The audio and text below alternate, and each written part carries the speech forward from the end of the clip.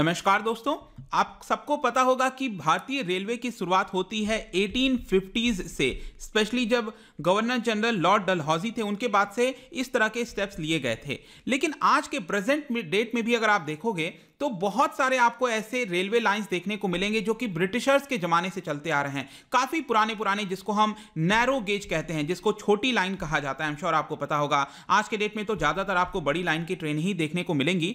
लेकिन यहां पर अभी क्या हुआ है कि इंडियन रेलवे ने निर्णय लिया है कि गुजरात के अंदर 11 ऐसे नैरो गेज हैं, छोटी लाइन है, जिसको वो अब क्लोज करेंगे। उसमें से एक पर्टिकुलर लाइन है दोस्तों जो कि 107 ईयर ओल्ड है, 107 साल पुराना है। आप यहां पर न्यूज देख सकते हो, end of an era, Indian Railways 107 year old train service in Gujarat comes to an end. तो आइए दोस्तों, सबसे पहले हम क्या करते हैं कि इसकी जो एग्जैक्ट लोकेशन है, जो 107 ईयर ओल्ड पुराना ये आपका रेलवे लाइन है, इसको हम देख लेते हैं। तो यहां पर हमें जाना होगा गुजरात की तरफ, और गुजरात में भी अगर आप देखिए जो सदर्न गुजरात है, यहां आप देख सकते हो ये आपका पूरा गुजरात, तो जो सदर्न साइड में है, सूरत के पास आप यहां पर देख पाओगे ये पर्टिकुलर लाइन है दोस्तों, इसको कहा जाता है बिलमोरा वैगई। यहां पर आप देख सकते हो इस साइड है आपका बिलमोरा और यहां पर है आपका वैगई। तो यहां पर ये आप देखोगे ये आपका रेलवे लाइन की ये स्टेशन है आपका वैगई का, यहां से शुरुआत होता है और होते होते आपका यहां तक जाता है बिलमोरा तक। और इसको मैं एक काम करता हूं, आपको इसमें दिखा देता हूं और अच्छे से आपको समझ में आने लगेगा।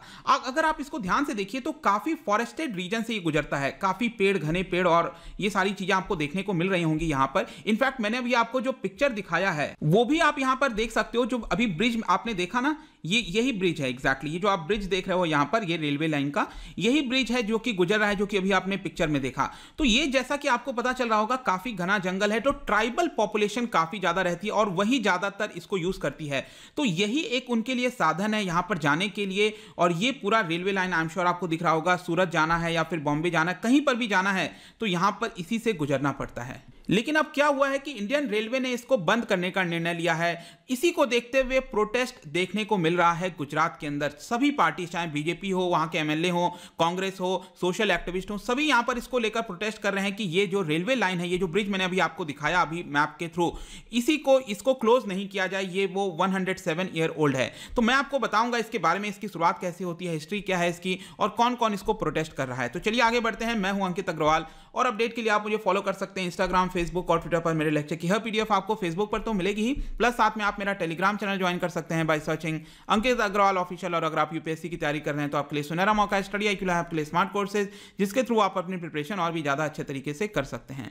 सबसे पहले देखते हैं दोस्तों यहां पर क्या हुआ है। तो जैसा कि मैं आपसे बता रहा था कि वेस्टर्न रेलवे, ये वेस्टर्न रेलवे में आएगा आपका, वहां पर उन्होंने डिसाइड किया है कि गुजरात के अंदर 11 जो नैरो गेज के रूट्स हैं उसको क्लोज कर देंगे। और उनका कहना है कि अनवायबल हैं, मतलब इसको फाइनेंशियल पर्सपेक्टिव से देखा जा रहा है, इकोनॉमिक पर्सपेक्टिव से देखा जा रहा है। और इसमें से एक पर्टिकुलर लाइन, जैसे कि मैंने आपको प्रॉपर मैप के थ्रू दिखाया, 107 साल पुराना Bilimora Vaigai, I don't know कैसे मैं प्रोनाउंस कर रहा हूं, बट बिलीमोरा वैगई लाइन है ये। और इसको पहले रन किया जाता था, जब इसकी शुरुआत हुई थी तो जो गायकवाड़ बड़ौदा अब स्टेट रेलवे है, आई एम श्योर आपको पता होगा, उस समय जो मराठा हो गए, गायकवाड़ हो गए, सिंधिया हो गए, इन सब का शासन था। और जो गायकवाड़ थे वो आपका गुजरात के जो ज्यादातर रीजन है वहां पर इनका शासन था।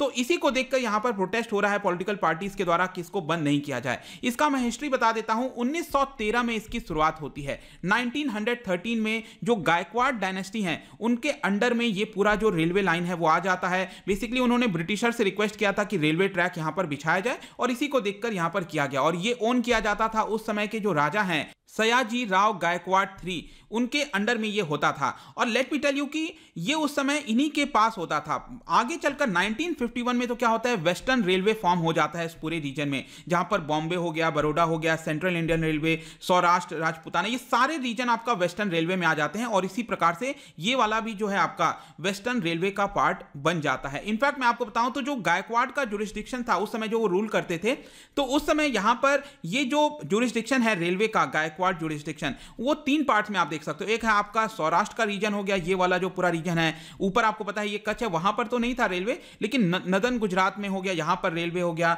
नीचे यहां पर मैंने भी आपको सूरत के पास बताया था, ये वाला जो जगह बिलमोरा वाला, ये आपका साउथ वाला हो गया। तो ये पूरे जुरिस्डिक्शन के अंदर आता था। अब देखिए क्या होता है कि 2018 में जो इंडियन रेलवे है वो प्रपोज करती है कि हम करीब 5 जो रूट्स हैं उसको इंडस्ट्रियल हेरिटेज का पार्ट बना देंगे, म्यूजियम और हेरिटेज तरह की जो चीजें होती हैं उसका पार्ट, जैसे कि शिमला में जो ट्रेन हो गया, टॉय ट्रेन और इस तरह की जो चीजें हम देखते हैं ना, तो उसी का पार्ट बना देंगे एक तरह से।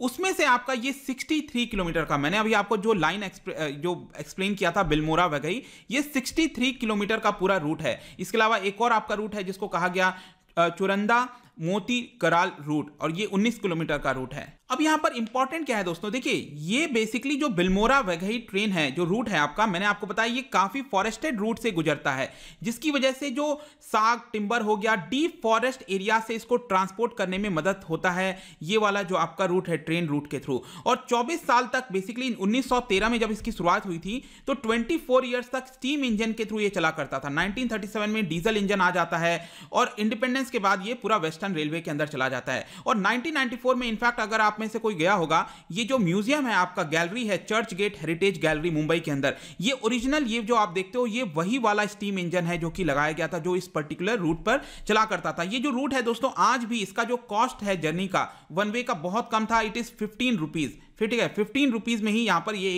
एक तरफ की जर्नी हो जाती थी। अब क्या हुआ है, ये जो लेटेस्ट ऑर्डर आया है यहां पर आप देख सकते हो 10 दिसंबर को ये ऑर्डर दिया गया है इंडियन रेलवे के द्वारा, और उन्होंने लेटर भेजा है general manager of western railway को कि 11 ये जो अनइकोनॉमिकल ब्रांच हैं, अनइकोनॉमिकल मतलब कि सस्टेनेबल नहीं है इंडियन रेलवे के पर्सपेक्टिव से, इन नैरो गेजेस को स्टॉप कर दिया जाए, बंद कर दिया जाए। और सारे 11 रूट्स के नाम आप चाहो तो यहां पर देख सकते हो। बट ये ट्राइबल को काफी इंपैक्ट कर सकता है दोस्तों। यहां पर बेसिकली मैंने आपको क्या बताया कि जो ट्राइबल्स हैं वो इंटीरियर विलेजेस से क्या करते हैं, वो साउथ गुजरात में कहीं पर भी जाना है तो यही एक कनेक्टिविटी है। इनफैक्ट वहां पर रोड की भी कोई कनेक्टिविटी नहीं है कि वो किसी भी अर्बन एरियाज तक पहुंच सके। इसके अलावा जो क्राफ्ट्समैन हैं वो भी इसका इस्तेमाल करते हैं, क्योंकि वो क्या करते हैं कि लकड़ी की और कई प्रकार की जो चीजें हैं वो बनाते हैं और उसको अर्बन एरियाज में जाकर सेल करते हैं अलग अलग शॉपकीपर्स को। तो उनका भी जो साधन है वो चला जाएगा अगर ये रेलवे रूट चला गया। इसके अलावा जो स्टूडेंट्स हैं वो भी यहां पर इंटीरियर विलेजेस से जाते हैं पढ़ने अलग अलग टाउन्स में,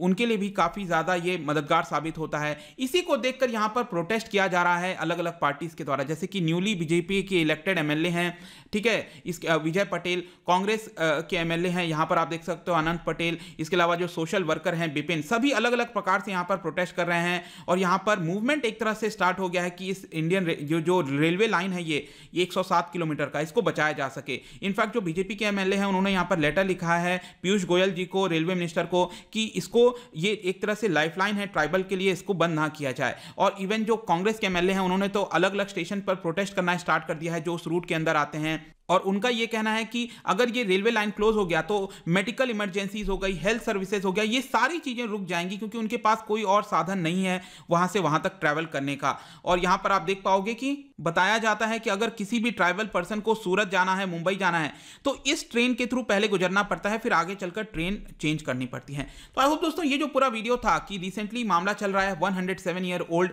रेलवे लाइन गुजरात के अंदर जो क्लोज किया जाएगा, तो मेरे पर्सपेक्टिव से देखिए दोस्तों, हाँ ये बात सही है कि इकोनॉमिक बहुत इंपॉर्टेंट होता है, लेकिन हर एक चीज को हम यहां पर इकोनॉमिक पॉइंट ऑफ व्यू से नहीं देख सकते।